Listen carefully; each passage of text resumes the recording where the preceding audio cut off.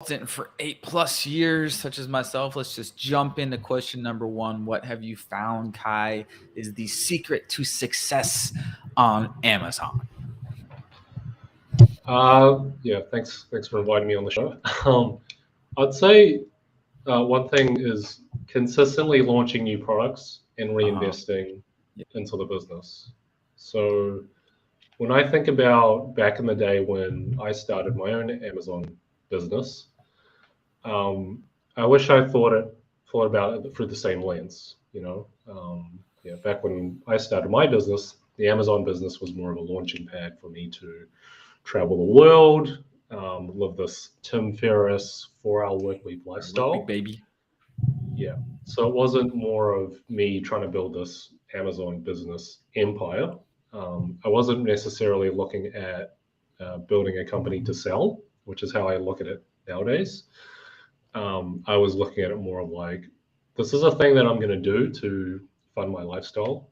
And I was taking profit away from the business. Mhm. So I think the real money nowadays is building up that business to sell. So I think that is the secret to success for people that I've seen that observed.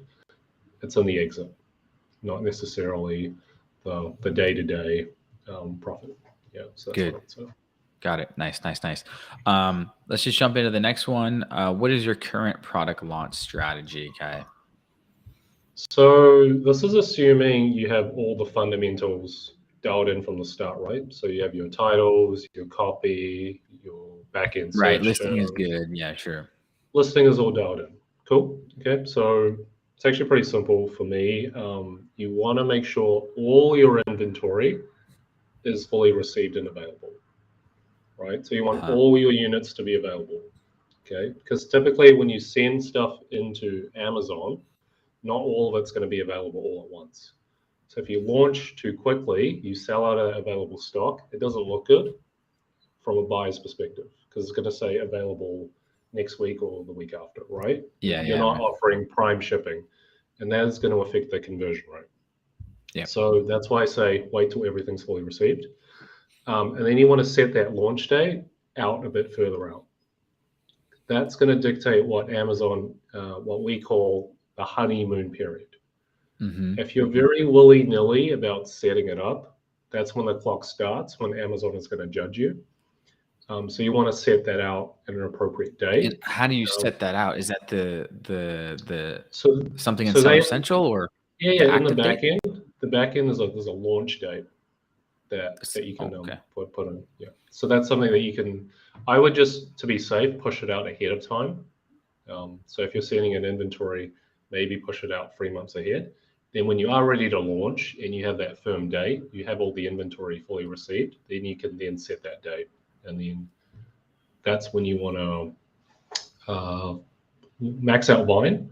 That would be the next Yeah, step. start launch and okay. So reviews, so Vine, okay. Reviews. Reviews, get those out of the and then turn on your auto PPC to validate the product.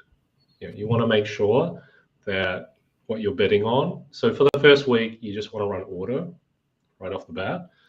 And then once you get at least 3 reviews from Vine, then you can start pumping up the manual PPC. Yeah.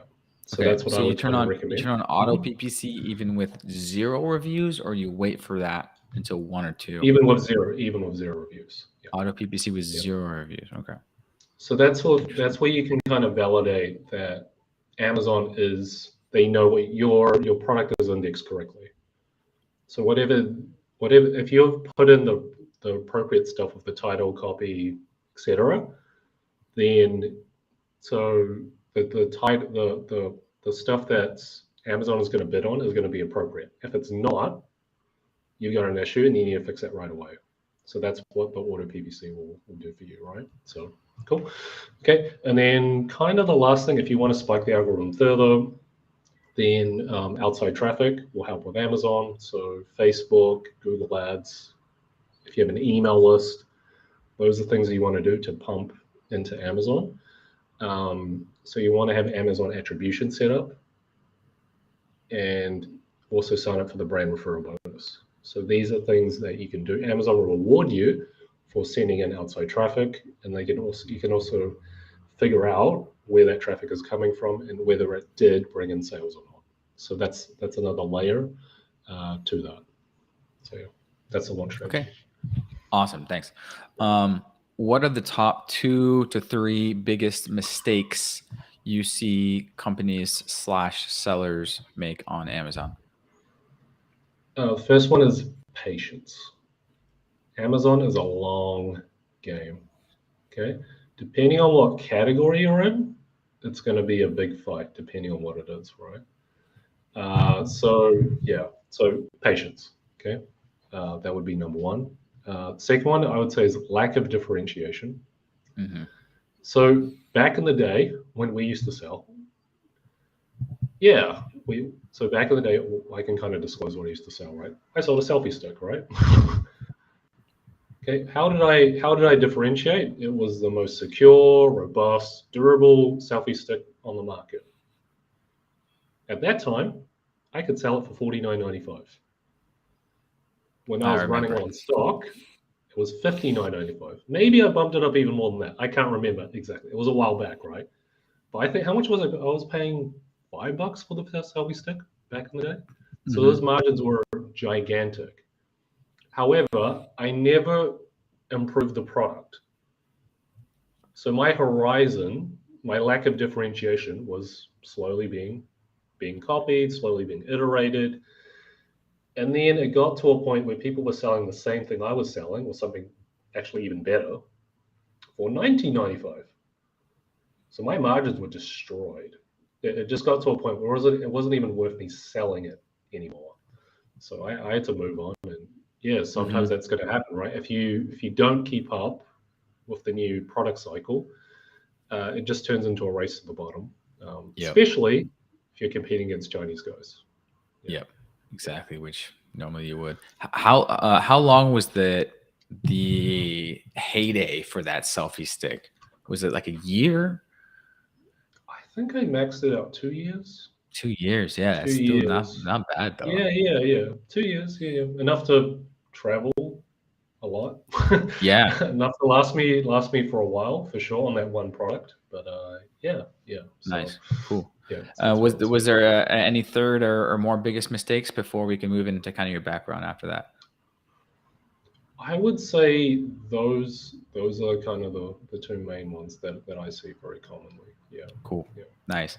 So yeah, for those that don't know, Kai and I met at Chiang Mai e-commerce conference like 8 years ago, 2014. He started selling selfie sticks, and Parker and I were at the same conference, and we started selling our own thing. It was a running belt, and then actually patent issue had to cancel that. And so I was looking for my own selfie stick. I launched another version, which is selfie stick tripod.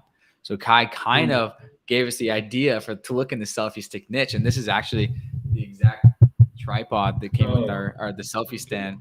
cool. Um, and that had a good heyday of maybe like 3-4 years. But we differentiated it was with this tripod at the bottom.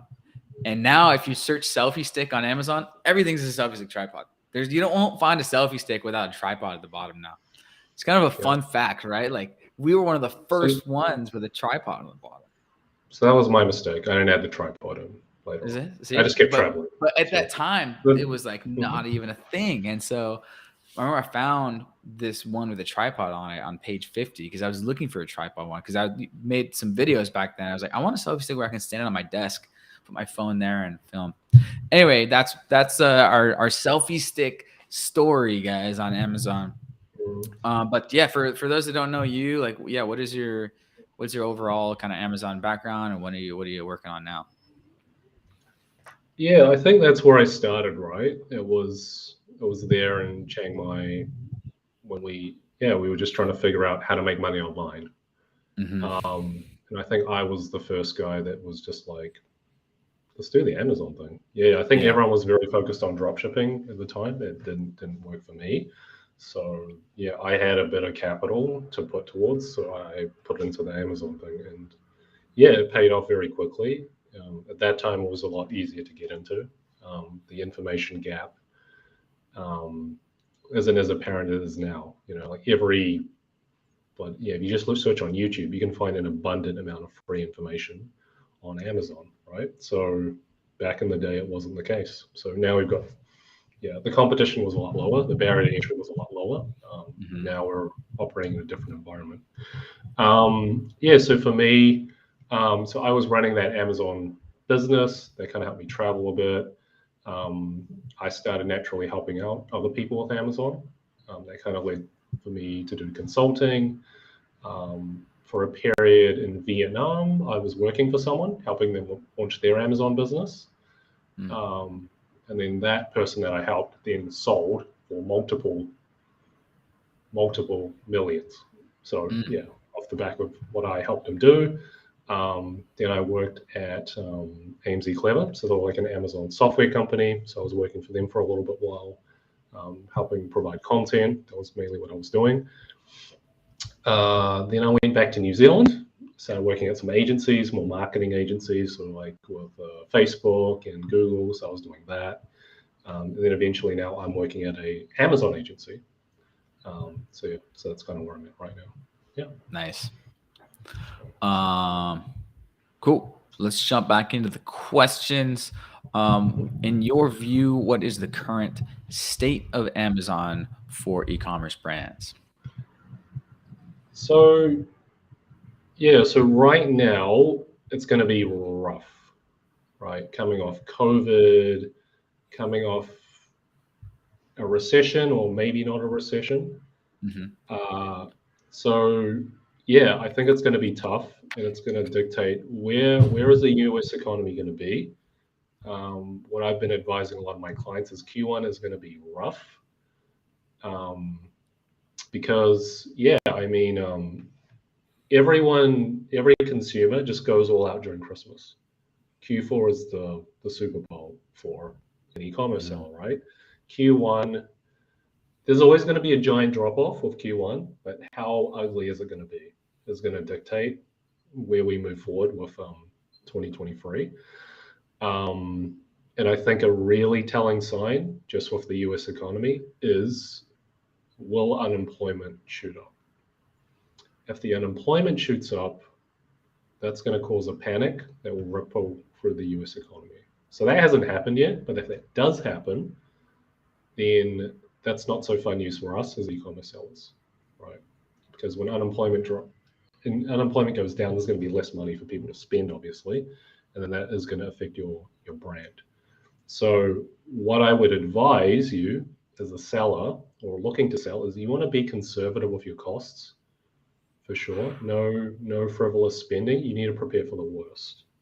Okay, so revise your growth numbers to account for it. Be a bit more pessimistic with your numbers to kind of account for this. And don't compare what you did last year. Throw that right out the window. Okay, because it's not going to be realistic. Okay, you want to adjust your numbers accordingly. And then if you can, go into cost cutting mode. And then look at what kind of products are just low margin. Look at dropping products if you have multiple products. That's something I would advise too. And then the other thing, of course, is you need to stay in stock. We all know that, right? Yep. You need to stay in stock. Always. Because if you don't stay in stock and you don't plan ahead, then it's gonna hurt you a lot more to get back in the game. Cool. So get efficient, prepare for possible recession weather. Yeah, like another key tip I'll kind of put you guys into as well is that you want to lean more into Amazon as a partner. And what I mean by that is that they have two new services that are very good. So one is Buy with Prime. So if you have a Shopify store, you can offer Amazon style shipping to your customers. That's going to improve the conversion rate for sure, and it will kind of help you. And you can keep all your warehouse goods within Amazon. You don't need a 3PL at all. It cuts out that 3PL altogether. And another thing that they are offering is ship to storage. So you can have the goods shipped from China directly to a warehouse storage facility that Amazon controls. So then when you need a restock, they're going to be more efficient getting the goods to Amazon as well. Oh, so not FBA, but another warehouse that's just storage. Well, you have a certain storage limit within FBA, right? And So it's if outside of you that. Okay. outside of that, correct, yeah. So if you maxed out your storage limit, typically people will ship it to a 3PL to then hold the goods and then ship to Amazon, right? But Amazon has sorted out that solution too.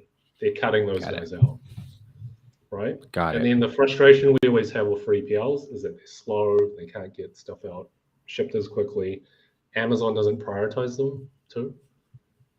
So yeah, but they'll prioritize an Amazon affiliated 3PL warehouse. Got it. Get you in there quicker.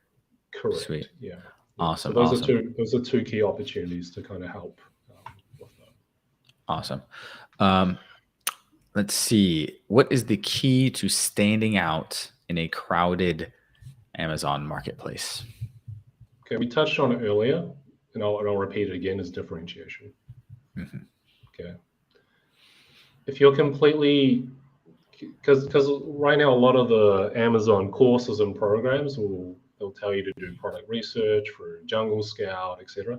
You are operating on the same parameters as other people in terms of what to do, what to sell, but then you need to go a little above and beyond. You can't just do what we did back in the day. Find a product that's super generic and slap your logo on. Straight from AliExpress. Just That's not going to fly anymore. Yeah, we need to go a level kind of deeper. We need something unique that's difficult to copy. Okay, so you need to operate through that lens. So yeah, it could be a toy. Toys are typically kind of a thing that people can kind of innovate on. It's hard to copy. Could be a board game. I don't know. But yeah, those are things that kind of are unique. You can market it differently. You can market more as a premium. So those are just two generic kind of examples that I can kind of give. Personally, like when I was even back in the day, all the products that I kind of created, they were more gift orientated. When they're more gift orientated, they are less price sensitive. So people are willing to pay more for a gift item, for instance. People are buying based more on emotion, not necessarily the price. So you don't want to pick a product that can be a commodity. So yeah, and then you're going to have more margin to play with. You're going to be able to market better. You're going to be able to order more product and create new products. So that's kind of the key, I would say, to stand out at this time. Cool, got it. Yeah, absolutely. That's what I always tell people. You can't just throw any old generic thing from AliExpress on Amazon anymore and expect to make 5-10K a month, maybe like you could back in the old days.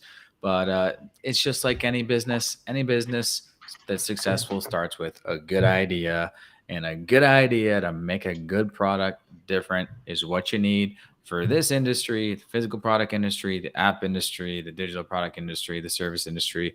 You got to have a good idea. So that's just hashtag business right there. Let's see. What are 2 to 3 things that companies / sellers should be doing that you're seeing most aren't? Pay attention to your numbers and the margin of those products. So this needs to be looked at on a monthly basis. And then you want to try and rescue products if you can, but then you need to be quick to drop them as well. If you can't fix the product, you need to cut your losses. If you can double down on what's working, do that. Or you need to reinvest in a new idea. So those are things that I see a lot of sellers holding on to products. Sometimes I guess they're a little emotionally attached to the product. They want to see it work. So yeah. So that's one thing I would do. And then I would say, evaluate your costs and track your inventory. Most companies don't plan their inventory out enough ahead of time. So that's like a cardinal sin with Amazon because you need to stay in stock. And then more recently, what's coming up is Chinese New Year. So a lot of people aren't accounting for that too, because the factories will shut down for a whole month before they are back online. And if you're not planning ahead with that, you're a month behind already. And if you run out of stock, then we know what happens as well. So so you need to evaluate your projections correctly. And then you need to play that game of, are you ordering enough or are you ordering too much? Try and get that right as much as you can, because you're leaving money on the table if you don't do either, or you're stuck with a lot of stock that you can't move. So it's a double-edged sword. So you want to try and get that right as much as you can. Yeah, it's really important. Gotcha. Cool. Yeah, we can jump into the next one. So where/how is the big profit made on Amazon / what's the key to a highly profitable Amazon channel? We touched on it before again. I'll just repeat it again. It is differentiated product, right? Okay, cool. High margin product. Big, yeah. That's what's going to lead to the big profit. And the more of those you have, the better. So as I mentioned earlier, if you're a seller or a business owner, the money is in the exit. The money is in the exit. Most of the money that you make is building up the business to then sell. The people that I've personally known that, they've started to have families and kids, that's off the back of the money they made off Amazon. They've sold their businesses and they've kind of semi-retired based on them knuckling down for 3 or 4 years, grinding at it hard, putting everything back in the business, and and then selling it to an aggregator, selling it to someone else. People that, some of the numbers that you can get was like 20 to 40x. Crazy numbers. Yeah, I'm not sure what it's like now, just because we're in a different environment. But if you are looking to make a lot of money with Amazon, it is in the exit. Yeah. Okay, gotcha. Let's see. What are you most excited about in the Amazon / e-com world? It's constantly growing. Yeah. I'd say it's recession proof. COVID has proved that. Right. So I used to work for a marketing agency. All those clients were travel, your Tom, Dick, and Harry plumber, builder. All that went away during COVID. Everyone was locked in their house. So when I got a job with an Amazon business, an Amazon agency, those businesses was just flourishing. Yeah. So clients we had, they used to be retailers. They used to sell in a retail store.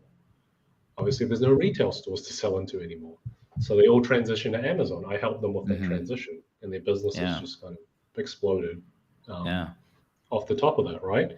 And then in terms of Amazon itself, they're growing their reach all over the world. Okay, so that's something that that I help clients do. I expand into different countries, so like UK, it could be Canada, it could be Mexico. They're going into Brazil, Belgium, Turkey, Singapore.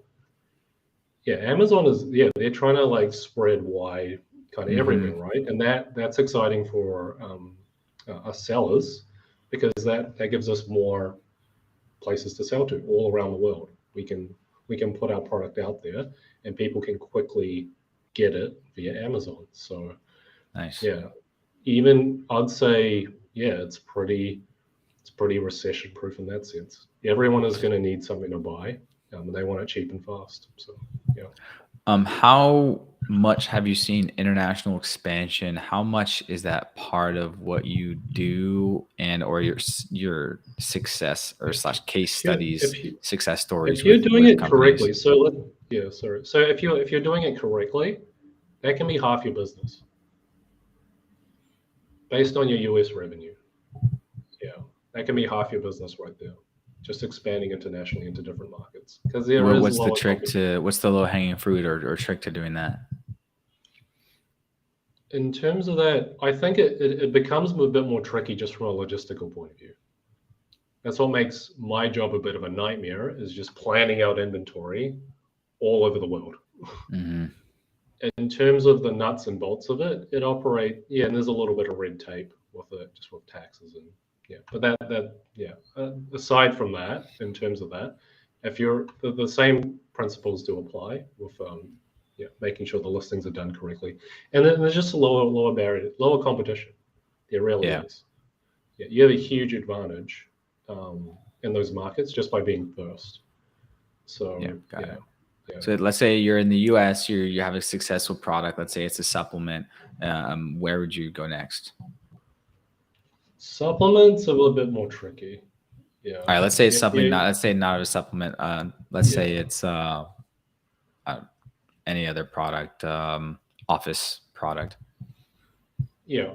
Yeah. So it's kind of the, so you would pull up as much research as you can within that country just to see if there is a market there first. Look at the competition, then launch accordingly.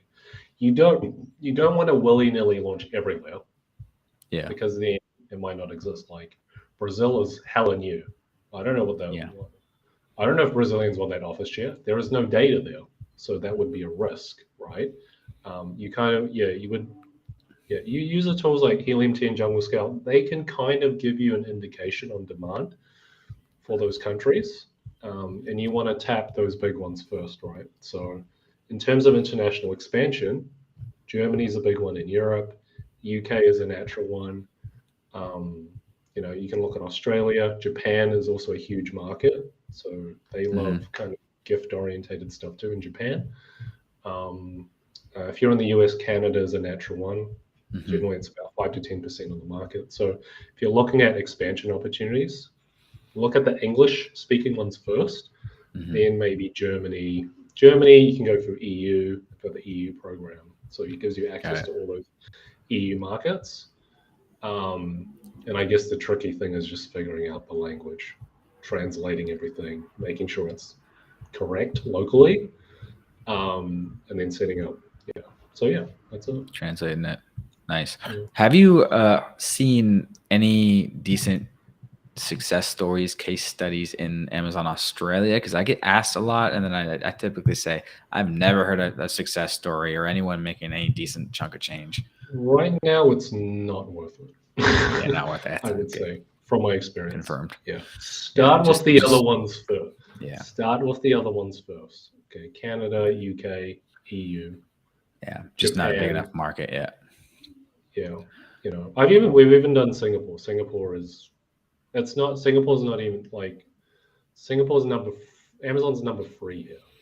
Yeah. Nice. There's Lazada and there's Shopee. Those are the big giants, and they are supported by like Alibaba and all the big investment companies. So they put a lot of money into it. Amazon hasn't adapted their style to the more Asian market, like lots of deals. And they haven't adapted to Asian culture very well. They've kind of kept their strategy pretty American. So that's why there's Amazon Global Seller Thailand, which is they hit me up. I did a webinar for that, which is to try to get Thai companies to sell on Amazon US. Kind of an opposite thing, but I order on Lazada every day. I love it. Their app is awesome. And then for those that don't know, Kai is in Singapore. I'm in Bangkok, and we actually were just hanging out in Singapore the other day, which is kind of cool. Cool. Yeah, just a couple more questions. If you're a brand and you're already successful, all right, not on Amazon yet, and thinking about Amazon and or planning to, what are like 2 to 3 things that they should know? So it's going to be category dependent. Okay. If you are entering a big category and your product is kind of generic, then you need to prepare for a dogfight. Yeah. You need to be prepared to invest heavily in order to be successful. Yeah. So you need to throw a lot of money into PPC, into external sources.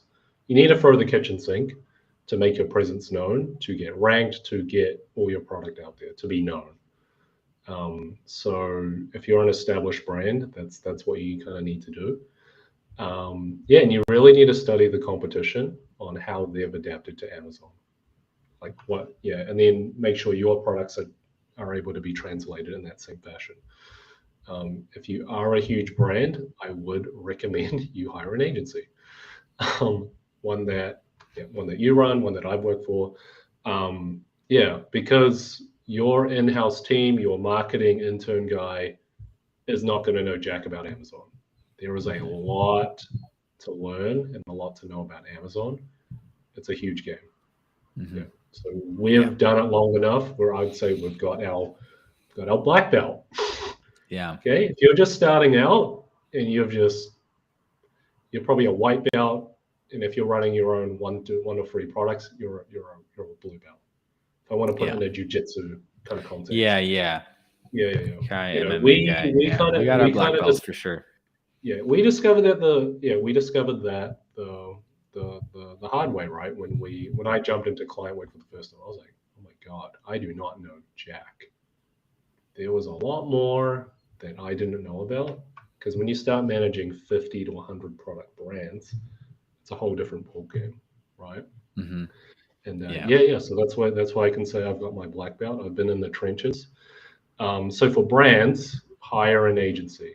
Don't think your random marketing intern that graduated in marketing is just going to pick up Amazon.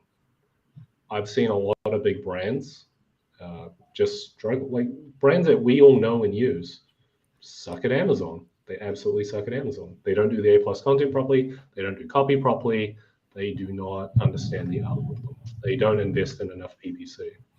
Mm-hmm. Yeah. So yeah, it's a tricky channel, and for sure, you need to do that. And the other thing is that they have their brand, but they don't leverage it enough.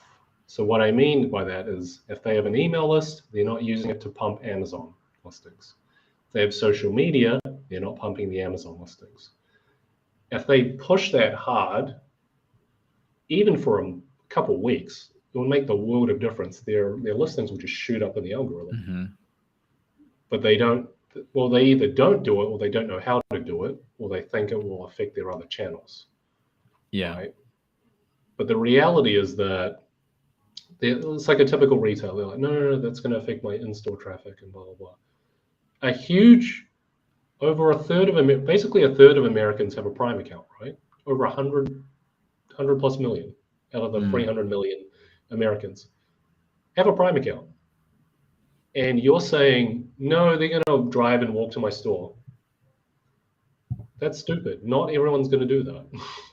They're more likely going to pull up their app, look at what you have on Amazon. They see that you have a good catalog on Amazon, and then they might go to the store and try it on. Right? Or if they kind of know their fit, they know what they want to buy, they'll just buy it immediately. So that is a giant mistake in terms of how retailers think about their marketing channels. They try and keep it very insulated, but they don't kind of look at using that to leverage Amazon. So that's a huge mistake.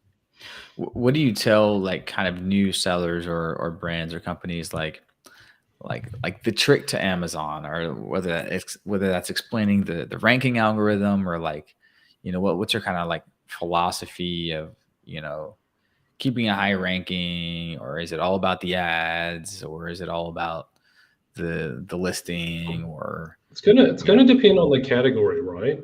Some of them are a lot more ruthless than others, and it's going to require different medicine, as I'd like to say.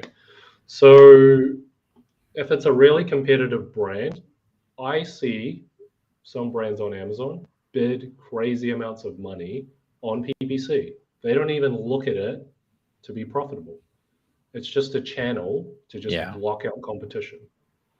So, for instance, if you were trying to enter a certain category, some of those clicks are $10 a click, and the product itself is a $12 item.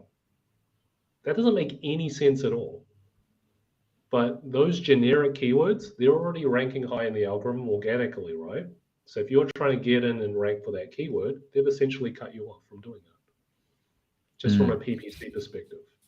The only way that you can kind of get around that is if you have a big external traffic source that will pump that listing, pump enough traffic for Amazon to justify bumping you up in the algorithm for that particular keyword above who else is there.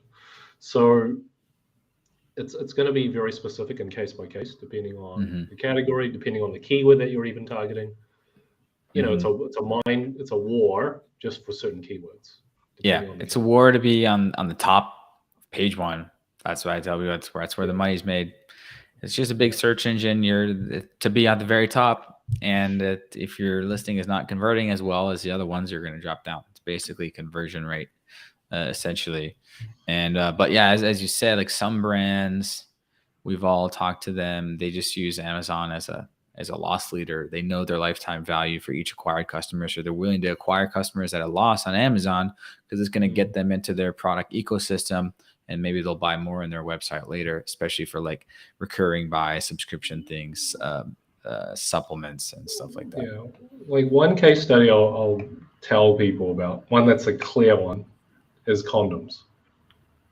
If you try and enter the condom category, good fucking luck. You're competing against Durex and all those Trojan or whatever. They bid the bejesus out of those keywords. If you want to bid on the word condom, that's a lot. And a pack of condoms doesn't cost a lot. So if you want a really specific example, that would be it. Yeah. Nice. So yeah. Don't enter the condom. Don't enter the condom. A couple ones. Yeah. Don't enter the condom market. Yeah. And how much importance are you seeing brands like that who use it as a loss leader to do like an insert card that captures an email address? Is that something that you do a lot? Like right now, I would say that's a little bit of a gray area. Amazon can suspend your account for that. I don't recommend doing that. Yeah, just because there is an inherent risk involved with doing that. To get around that, I would do a QR code, a little bit more ninja. Yeah, have a QR code that people scan to a link. That would be more meta. So what is the, so yeah, that's what I do. Like it's a QR code and then it takes you to somewhere. But what does the specific rules say that you can't have on an insert card? If you have an external link outside of Amazon, that is against TOS. Wow. Yeah. So if you're like go here for your next purchase, mywebsite.com. Yeah. Yeah. /sign up or whatever. They don't like that. Yeah. There's been a lot of things in the past that people have done that they've cracked down on since. Back in the day, Amazon gave out all the addresses. So what happened was guys were using postcard companies to then send postcards to all of those customers. Yeah, I remember that. That's why Amazon doesn't give you the address anymore. Because a lot of people were doing that, abusing that, trying to create a list from that, trying to pump other channels for Amazon. They don't like that. Yeah, they are going to find out, and when they do, they will come down very hard on you. It doesn't matter how big you are; they don't care. Yeah, they will. Okay. They will cut your account, and you don't want to do that. That's why I always err on the side of caution with that. If you want to kind of get around it, be a little bit more ninja about it. Then, okay, QR code to PDF. In the PDF, then there's your link. Okay, because I've never seen personally seen any case studies that that caught or got any brand in trouble for having your website link on any sort of packaging or insert. It depends, card, right? Within certain, because you have a brand, you can have your basic domain, right? www.whatever.com. That's fine. I'm not saying that's an issue, but if you're specifically linking them to something, if they do check, then that is against TOS. Yeah. You might not get caught, but there's always an inherent risk, right? Yep. Yeah, and you don't want to risk your account. So I wouldn't. Yeah. So if you're going to be a bit more tricky with it, a little less obvious, QR code is one. Like who the hell is going to scan? And it's easy to catch if you're like Amazon.com/sign up. Get 10% off. Yeah. You're just making the target very easy, right? Yeah. But if you're like, okay, click here for more information about your product. Here's your warranty. Scan this QR code. That's a bit less obvious, and you're not going to get. It's less obvious to get claimed for TOS. Yep. Cool. Just about to the end of the list of questions here. Any other strategies, tips that you're seeing these days, or knowledge or advice that you would like to put out there? I think nowadays a lot of it. Look at other channels to blast last out Amazon. Amazon PPC is becoming increasingly expensive. Mm. If you looked at their last stock report, that was a big growth channel for them, was PPC. Mm. And it's just simply, they just kept raising the prices on it. Yeah, we need more money. So, Let's make yeah, this. yeah, we need more money. How can we fudge the numbers and pump the bids Let's up? just, yeah, They basically added all scrape these more from the sellers. suggested bids in, right? The whole suggested bids thing, right? This is their whole. Yeah, you guys are bidding too low. We need these average bids to go up. Yeah, they have their salespeople call brands. And they're like, "Oh, I had this Amazon ads person call me." I'm like, their job is to get you to spend more money. They're sales reps. Yeah, exactly, right. And they actually don't know much about PPC. They don't know jack. Okay, yeah. So that's what I would say. I would say there's an opportunity with Facebook, right? Recently, they've had a crackdown with Apple. If you can figure out how to navigate a good channel, the clicks are cheap there. So Facebook is a good one. Amazon, in terms of Google, there's some opportunity there as well. But yeah, if you have a good brand and you're building up a good email list, utilize that. Those are things that I would say that you want to leverage to. Yeah, you have your own channel. You've already built it. You just can pump out what you can with Amazon as well. So yeah, those are things I would look at. Are there any other TOS or within the rules ninja tricks that you know to get email addresses from Amazon orders, your Amazon customers, or is it pretty much the gray area insert card thing? That's the only thing that really I've seen. Is yeah, like the tip I gave you before is as much as we'll kind of go into. We want, like, well, we always err on the side of caution. We don't, because if your account goes, well, where do our agency fees go? Along with the account. Mm-hmm. So we always want to play devil's advocate, and if clients want to do a particular thing, we always tell them there's always a risk. Here's the risk. We don't recommend you do this. We recommend you do it this way. It's going to be slower and results aren't going to come as quickly, but it's going to pay off in the long term. Yeah, the short term gain is not going to be worth it. Yeah, so we always err on the side of caution. Yeah. Awesome. Cool. Yeah. Last question. I guess it's if anyone is wondering, is it too crowded to sell selfie sticks on Amazon? Fuck yes. It was crowded 4 years ago. It was crowded 4 years ago. Yeah. Yeah. I think I mentioned before, it took me 2 years. 2 years I waved the white flag already. You lasted a lot longer than I did. But yeah, I think back in the day, for me, living in Thailand, if I made 1 to 2K and just traveled, that was the bar, right? And I pushed that bar really high with the Amazon business. I didn't dip into my savings. Everything that I put into it, I made back really quickly. That's not the case anymore, unfortunately. If anyone's looking to do the digital nomad thing via Amazon, I would say with that is just learn a skill. Yeah, whether it's coding, whether it's copywriting, there's like a million different things you can do online. But I would look at services first as a skill set before you get into business. Learning how to deal with people, selling, proposals, that type of thing. If I was kind of starting out at that age now, that's what I would recommend people do. Learn a skill set that you can leverage online. Live in a cheap place. Chiang Mai is still pretty cheap from what I remember. Yeah. US dollar's looking pretty good against the Thai. So kind of do that. If you're an American, you have a computer, you have decent internet. Yeah. Pick up some skills. Could be editing, graphic design, copywriting, whatever. Get paid. Yep, and then go through your process of leveling up, and then from there you can look at creating a business. So that's what awesome. So you said freelancing first. Yeah. Easier barrier to entry to start making profit. I've been talking about the being a remote sales closer. And now, because I'm meeting more and more guys that are doing that. We're doing this for our own agencies, basically, like doing client calls and stuff. So I've been talking about that a good amount on my channel. Get all the questions about that. Selling will help you in every area of life.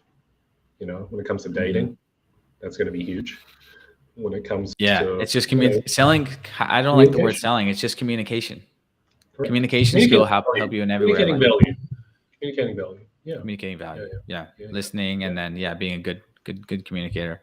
And then so along that lines, real quick before we wrap it up, like if you know if you're a freelancer or solopreneur and then you want to look into do your own Amazon business or private label business, whatever you want to call it. What do you tell them in terms of, like, I get asked this all the time, Riley, what do I need? Like, is 5K good for an Amazon product? Do I need 10K, 20K, 50K, 100K? What do I need to start my own little Amazon private label business? Assuming like you're going to have a decent, good idea. It's not going to be just a random selfie stick. Then I would say, back up. Yeah, it just kind of depends on the category. Again, very sorry guys. Again, it's going to be category dependent. You're going to need to just do your own research and then come up with a realistic number. I would say the expectation is the first 6 months, you're not going to make money. I'll just take that one right off the bat. You're not going to make money in the first 6 months. You need your product to mature. You need to see if your product works. That first 6 months is a validation period on whether your product is going to work or not, and then you're going to need enough money to then buy the next shipment. As well. Most people just think of the first shipment first. They got to worry about the second one coming up. Have enough cash for both the first one, which do as small as possible, test order, but then you also more, assuming the product works and you want to buy more. Correct. That's how you need to kind of think about it. And then, what I'm telling guys in general is 20K for one product, guys. 20K. You're gonna need 10K in marketing, PPC, graphic design, video, and then inventory for 5 to 10K. I'm telling guys, like, back in the day, maybe you could do a few thousand. I'm telling guys, 20K. Don't even look at Amazon unless you have 20K of cash ready to invest. Yeah, and then you want to take a long-term view on it as well. Right? Exactly. So so keep your free. So if I was kind of starting an Amazon business now, leverage my skills as a consultant, do that as my primary. So I'm not going to lose my shirt. And then I have 20K sitting there. I pour it into the business. This business is completely separate. My lifestyle is not funded by the Amazon business. Because I'm going to keep building, keep reinvesting in it. And then eventually it grows to a certain point, maybe 5 products. Then I can sell it at one point at 20X. That's a good little exit for me. Right? Not bad. The passive income businesses are a long-term thing. Of course, it's all of our goals to own different businesses, an e-commerce business, which is relatively passive, such as an Amazon business, but we also want to own diversified streams of income, as any entrepreneur does. Services, digital products, physical products, real estate, crypto, Bitcoin, all that good stuff. Cool. And I'll throw this out there. If this gets shared around anywhere to the 3-4 people watching, I have an ebook about, like, basically it's called the Digital Nomad Roadmap. I actually have a video. It's called Digital Nomad Roadmap. You guys can look that up, and an ebook about that, because I asked about kind of what are the ways to start as a nomad. But that's good advice, spot on. I tell people the same thing. It's more competitive, and you need more money to invest to start a successful product. And just on the back of what you're saying is kind of what accelerated our success was being around like-minded people. So if you do have the money to come out to Thailand, to Chiang Mai, to a digital nomad hub, get out here and start networking. Try not to get into the partying and the girls and a lot of guys get sucked into that. I didn't. Balance. I was pretty diligent about making money first before I even went into that area. But you and I have seen that happen where guys get to Thailand, they've got that high for the first time, and that can be really tempting, and it sucks. And then all their money goes into that, and then they go home broke. So really get out here, be around like-minded people, keep your circle pretty tight. I mean, we kept a pretty tight circle. We didn't stray too much in that area. And that's what made us successful. We were just, we were all pretty serious about making money, and we stayed consistent. And then, 8 years later, we can kind of make money off of Amazon. We didn't know anything about Amazon 8 years ago. We knew nothing. Now we're black belts. So it's it goes in that sense, right? So if you're a new person watching, ideally you have a skill set when you're in America, and then you can translate it directly. But even if you are at some 9 to 5 and you don't know what you're doing, don't go to college. That's a debt trap. We know that. So, you do not want, with that, you're better off just grinding it out at some job for 6 months, saving enough money, going to Thailand, having enough runway. 6 months is a good runway. Okay, so I think you can get by with the grand in Chiang Mai, right? Per month, yeah. Yeah. So save about $6,000. That's your runway. Learn some skill online for free. Your first milestone is make 1K, and then build from there, right? Yeah. Baby steps, right? You don't need to like jump into an Amazon business right away, right? Build skill sets, build connections, and then from there you can start traveling to different countries. And we hopped from Vietnam. We went, I traveled to 20 countries during that time. I was all over the place. But just sticking to Southeast Asia, you're just going to have a really good time. You're going to have a different worldview than being stuck in some city in America. So think about that, guys, and definitely. And go to a conference. I would throw on top of that. I just went to Affiliate World Asia, or whether it's Nomad Summit or another DCBKK or any conference. Use that as your excuse to get out there and meet a bunch of other guys and girls. For sure. And hang out at co-working spaces. That's like another really great thing that we did as well. Yep. Yeah, that was my exact plan. Me and Parker saved up $6K and invested $2K of that into our Amazon business. And luckily our second one took off and got some traction. But it's different times now. Looking back, just did another video about remote closing. If I knew about this, I would have been closing for coaches, online courses, and agencies, making $200, $500 commissions. And then, so that's what my good buddy Marcus, I don't know if you ever met him. He actually got my FBA course in 2017. We met in Chiang Mai. He pivoted from FBA to closing for coaches, courses, agencies, and now he makes so much more. And now that's kind of what I'm recommending more to guys who are beginning, as we're just seeing before they have a lot of money to invest in their own kind of business. Anyways, just about an hour. Let's definitely do another one and talk about more of Amazon, more of lifestyle, more of entrepreneurship. We can do it all. Sounds good. So awesome, man. Awesome. Cool. So if anyone wants to contact you, have questions about anything that you said, where do people find you, or anything? You can just email me directly. Just email. So it's Kai, K-I, law, L-A-W, 123@gmail.com. So kailaw123@gmail.com. Just email me there. If you have any other questions, or just let me know. Email me through there, and I'll try my best to get back to you. Awesome. Cool, guys. Cool. Sam, you guys know where to contact me if this is shared on some other platform. Riley at amazingmarketingco.com. And if you're a digital nomad or aspiring one, reach out about my Discord for digital nomads if you use Discord. I got to get you in there, Kai, as well. Sounds good. All right, everyone. Thanks, Kai. And I'll go ahead and close it. See you guys in the next one.